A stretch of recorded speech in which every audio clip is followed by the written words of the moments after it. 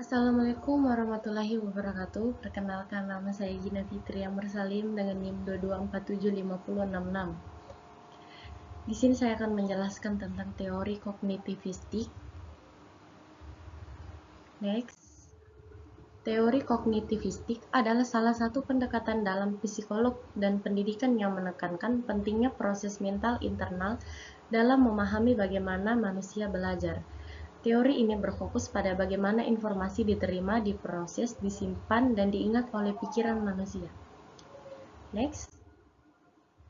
Tokoh-tokoh penting dalam teori kognitivistik. Yang pertama, Jean Piaget, 1896 sampai 1980, berkontribusi mengembangkan teori perkembangan kognitif anak. Memahami bahwa anak bukan hanya menerima pengetahuan secara pasif, tetapi aktif membangun pengetahuan melalui interaksi dengan lingkungan. Relevansinya digunakan dalam pendidikan anak dengan menyesuaikan strategi mengajar sesuai tahap perkembangan kognitifnya. Contohnya, seorang siswa kelas 2 SD mempelajari konsep volume dengan menuangkan air dari satu gelas ke gelas lain yang bentuknya berbeda. Mereka mulai memahami bahwa volume tetap sama meski bentuk wadah berubah, sesuai dengan tahap operasional konkret. Yang kedua, David Ausubel 1918-2008 berkontribusi mengembangkan teori belajar bermakna, menekankan pentingnya keterkaitan antara informasi baru dengan pengetahuan yang sudah ada. Relevansi banyak digunakan dalam pengajaran konsep-konsep kompleks dan abstrak seperti di tingkat sekolah menengah dan perguruan tinggi. Contohnya, sebelum menjelaskan sistem pencernaan, guru menampilkan bagian besar tubuh manusia sebagai advanced organizer, lalu menjelaskan bagian-bagian sistem tersebut. Next, prinsip-prinsip utama teori kognitivistik. Pengetahuan dibangun secara bertahap.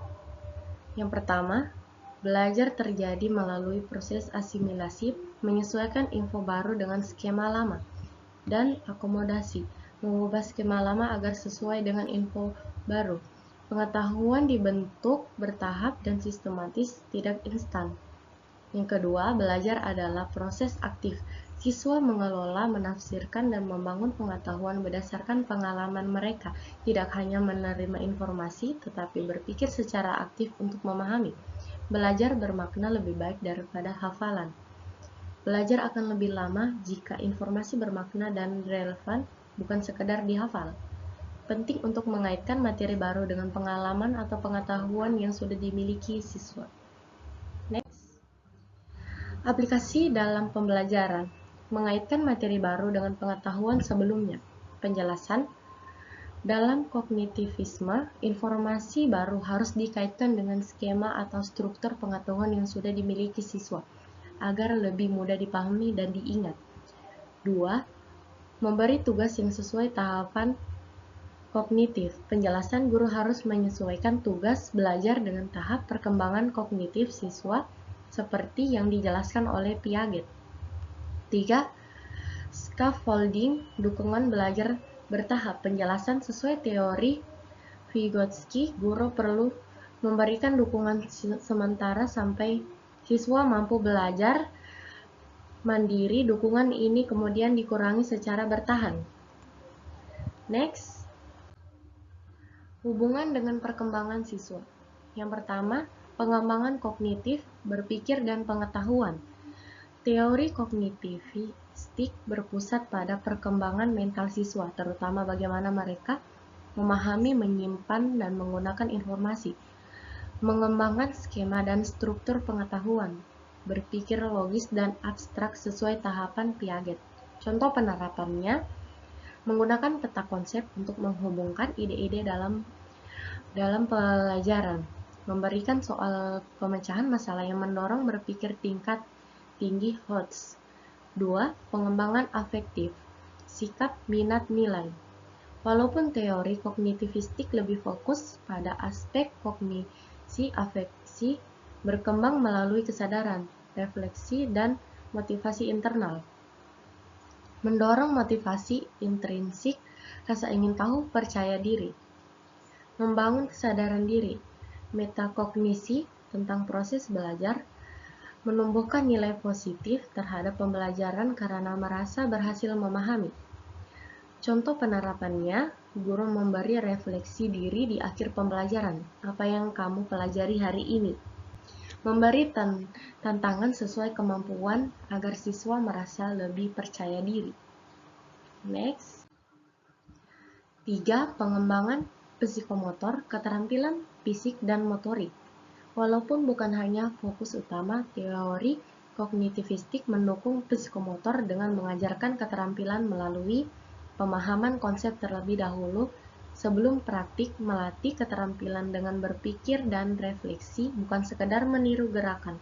Contoh penerapannya dalam pelajaran olahraga atau seni, siswa belajar teori gerakan atau teknik terlebih dahulu, lalu mempraktikannya. Dalam pelajaran TIK, siswa memahami alur logika penggunaan aplikasi, lalu mengoperasikannya secara mandiri. Next.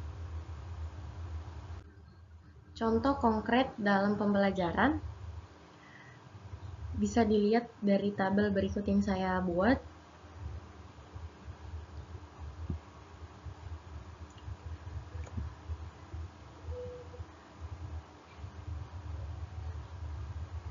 Next.